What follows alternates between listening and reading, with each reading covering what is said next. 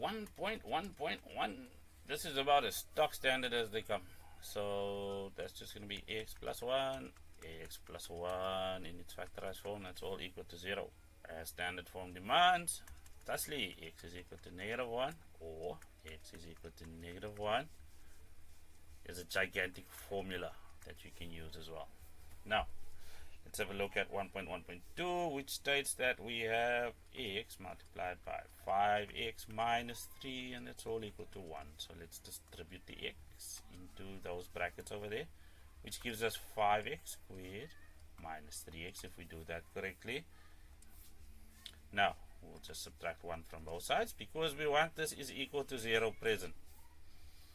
Standard form. And then, of course, that zeroes out on the other side. And, yeah, about that formula. X is equal to, well, minus 3, because that is our B value. Our A value, of course, is over there. And that is C, if we do it correctly. Well, back to this structuring of the big fraction. Plus minus the square root of b squared, that's minus 3, all squared, minus 4, value of a, of course, as previously stated, is 5, and minus 1 for the value of c, all divided by 2, well, multiplied by, in this case, 5, and that is equal to, after some beautiful editing,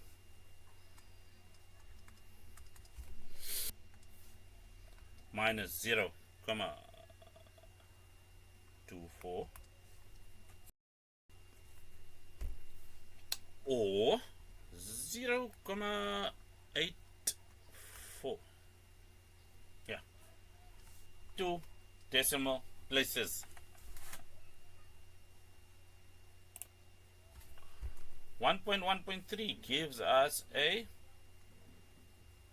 quadratic inequality. So let's deal with that. So we'll have 2x plus 3 being greater than x squared. Everything to the left for standard form will give us negative x squared, because that is what we subtracted from both sides to get a 0 on that side. Plus 2x plus 3, that's all greater than 0. Of course, we want our leading coefficient, this number in front, to be positive, so we'll do that by multiplying or dividing by negative 1 right through. That'll give us x squared minus 2x minus 3. We'll still have a 0 on this side, but because it was a negative that we were dealing with, the inequality sign flips, giving us this, and now we can factorize. We'll get x minus 3, x plus 1, or less than 0, of course.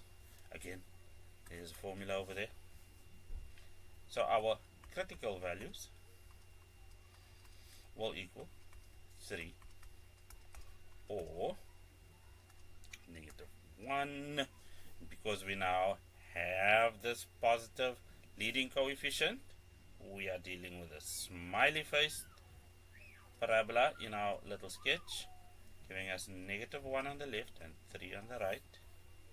Now do we read this? Well, everything above this little axis is positive, everything beneath it is negative, and we want the stuff underneath, which means we are dealing with that continuous area between negative 1 and 3 as our boundary values.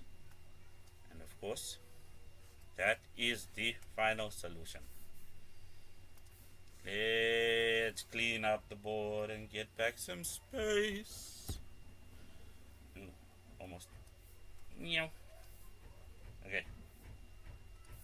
So, over here we have a principal root equation, which states that the square root of 7x minus 12 minus x is all equal to 0.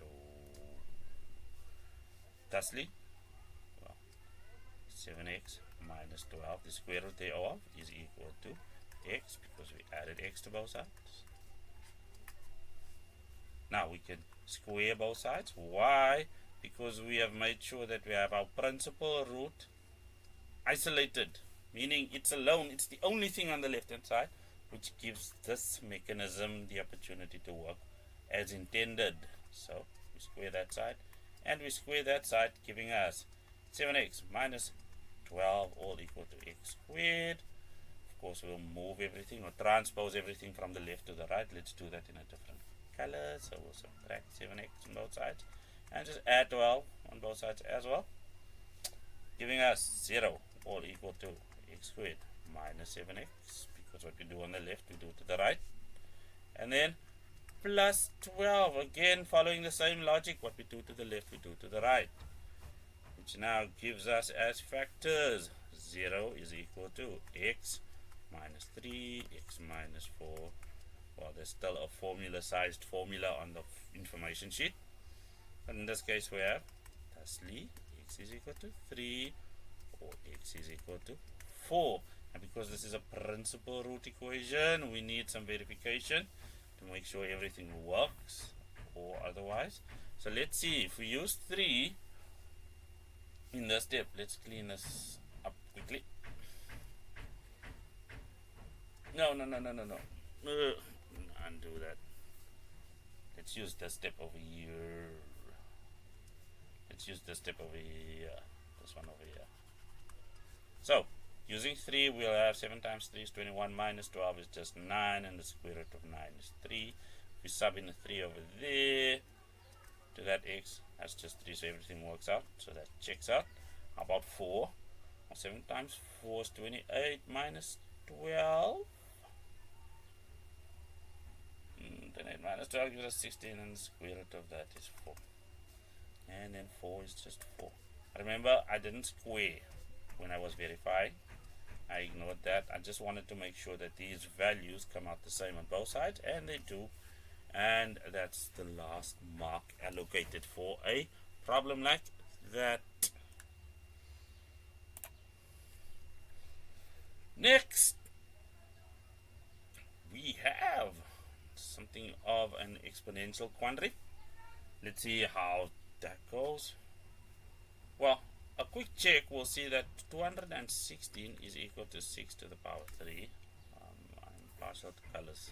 So now knowing that, that means we don't need to do anything with this 1 over 6 value over there, other than applying the definition that we learn in exponent laws, which states that 1 over a can be rewritten as a to the power minus 1. So we'll see that over there in play. Then we'll have 3x plus 2 as the exponent. We didn't change any values.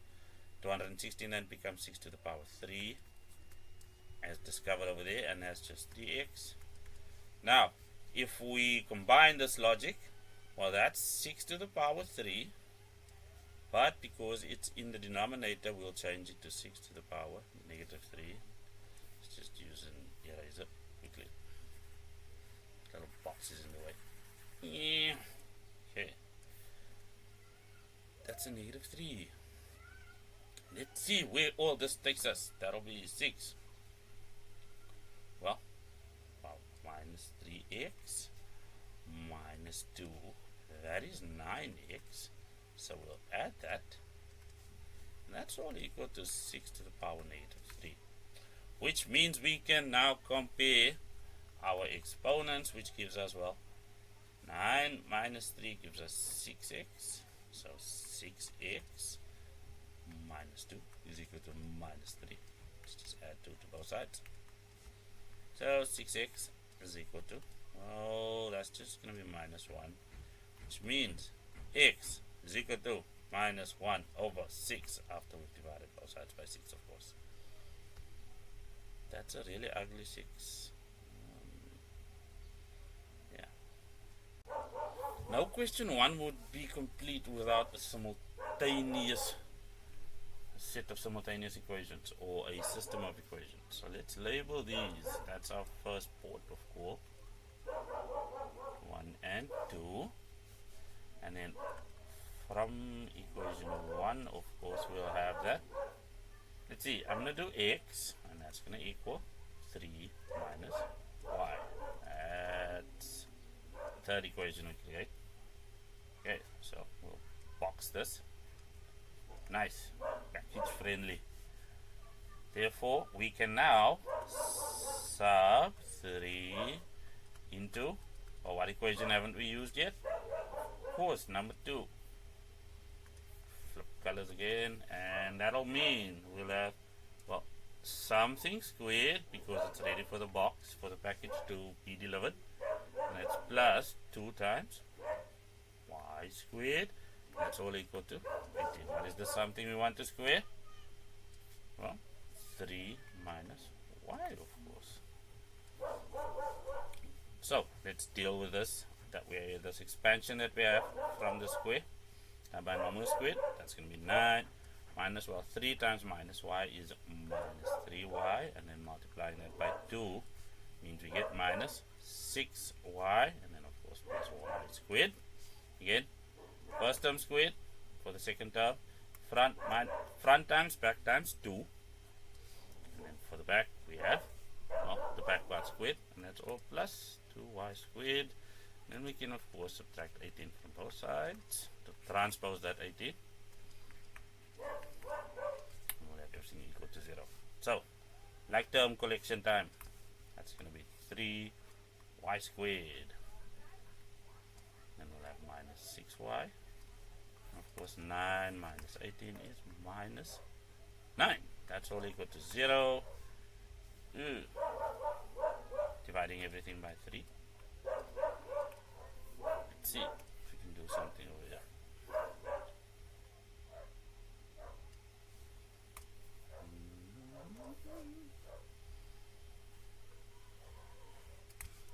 So we'll have y squared minus 3.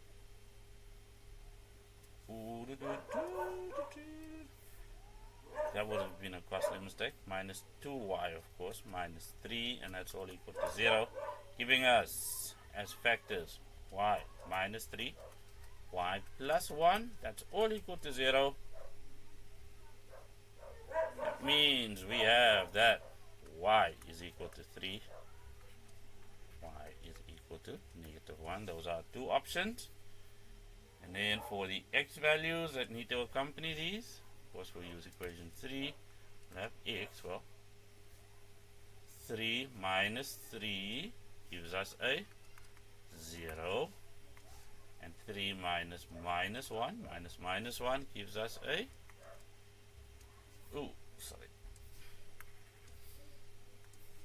gives us that x is equal to 4.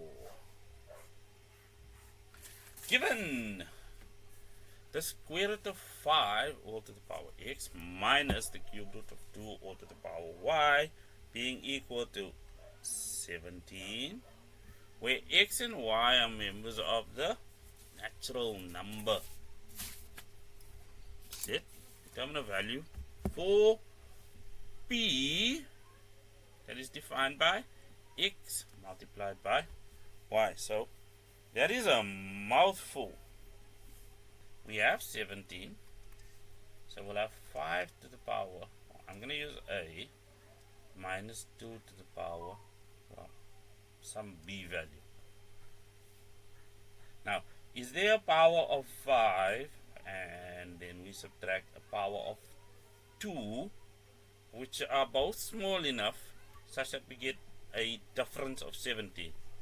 Now, either you see it or you don't, but 25 minus 8 is equal to 17.